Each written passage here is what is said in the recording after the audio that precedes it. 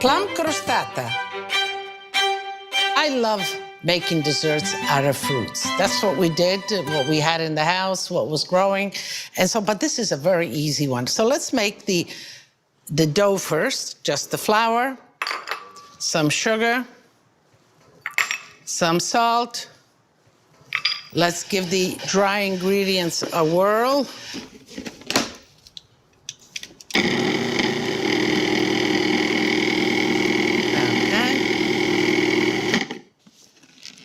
And then we'll add slowly the butter and the water the last. So let's continue.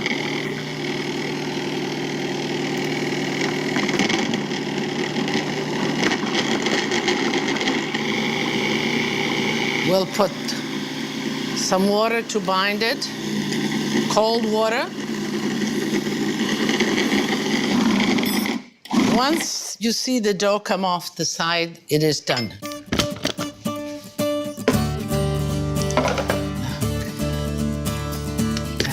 We'll chill it just like this.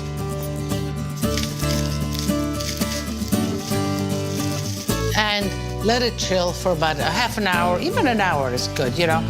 You want to firm it so that when you roll it, it doesn't break up on you.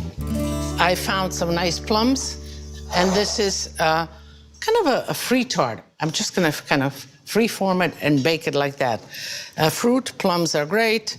I love them. They're resilient, you know, they hold. And just wash them and skin and all. Cut them all in equal pieces because you want them to bake at the same time. Okay. And we want to flavor them because, you know, taste it. Sometimes they're very sweet, sometimes they're a little acidic, but a little bit of lemon juice is great. Lemon rind is always good in baking. I love lemon rinds. Some sugar. Some apricot jam, just to give it kind of that binding, that pectin viscosity to it. And it shines on a tart, especially this one is going to be half open, so you will see the fruit. And just throw in a little bit of butter. And the butter will melt inside once it's baked. The filling is done. The dough will chill. Let's clean up, and then we'll roll the tart. So the dough is nice and chilled. This is panko, you know, the coarse breadcrumbs, some sugar, some cinnamon. And this I'll put underneath the tart so that it will absorb the juices of the plums, and the crust will be crispy, so. Okay. You know, it has all that butter in there, and it softens up very quickly. Okay. Let's get it on the parchment paper. So this way we're ready to go in the oven. Let's make it nice and round.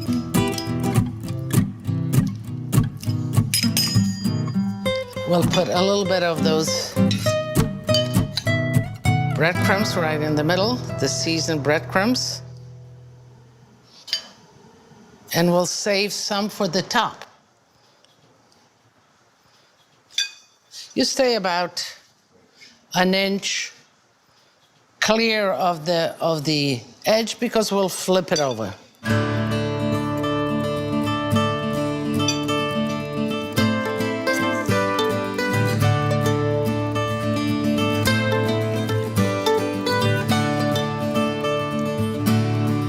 Those butter pieces we'll put right in here. And if you have a little bit extra like this, if you cook them down and make them into a sauce, that'll be a delicious sauce to cover. So now let's slide it on to the... Okay, let's flip the side over. And don't be afraid to pull it up and to kind of hook it on the fruit. That's it. And as it bakes, it'll open up a little bit. Let's top with breadcrumbs. Okay. All right, so we're ready to put it in the oven. Make sure that the oven is hot at 375. And this will be 45 minutes to an hour, depends on how the fruit gives and how it is, but check on it so it doesn't burn on you. My favorite dessert recipes are fruit-based. And that goes back into my upbringing because I guess Grandma had a basic crust, whether it was the pasta frolla, which is a crust for a crostata, or a very thin crust where she would envelop like a strudel. And so having that crust, then fruits can vary. But I think, fruit dessert is the easiest. So the tart looks beautiful. It has cooled, and I am ready to taste it and then serve it. This looks really nice. I think I'm gonna take that piece to taste.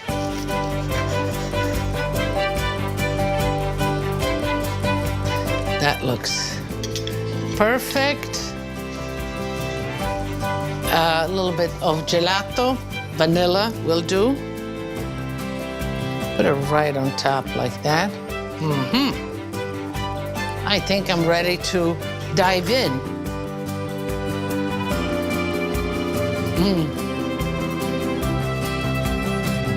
Tart, just sweet enough.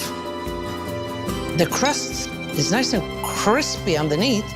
I think that those breadcrumbs really absorb the juice.